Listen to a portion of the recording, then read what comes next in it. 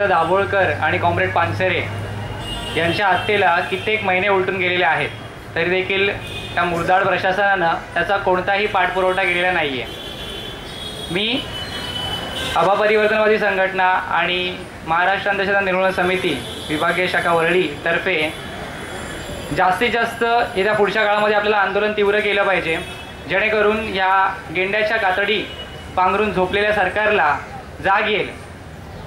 ह्या चळवळीमध्ये आपल्याला जास्तीत जास्त विद्यार्थ्यांना आणि विद्यार्थ्यांच्या संघटनांना, त्याचप्रमाणे ज्या काही समविचारी संघटना आहेत त्या समविचारी संघटनांना आपल्याला सामावून घेऊन सर्वसमावेशक अशी भूमिका घेऊन सरकारच्या जे काही ह्या ढिसाळ कारभाराला आपल्याला आता प्रत्युत्तर देणं गरजेचं झालेलं आहे।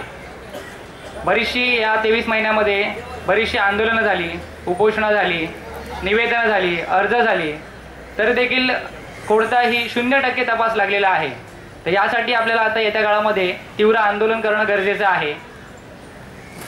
आपल्या संघटनेतर्फे जेवढं काही मुंबई पातळीवर करता येईल तेवढं आपण जास्तीत जास्त करूच। त्यासाठी जेवढं काही सहकार्य लागेल येत्या काळामध्ये ते सहकार्य असेलच, आणि मध्यवर्ती कार्यालय मध्यवर्ती समिती जेवढे आम्हाला सांगेल तेवढ्या माध्यमातून संविधानाचा जागर करण्याचा आपला जो काही चतुसूत्री कार्यक्रम आहे तो लोकांपर्यंत पोहोचवण्याचा पुरेपूर आम्ही सगळेजण प्रयत्न करू।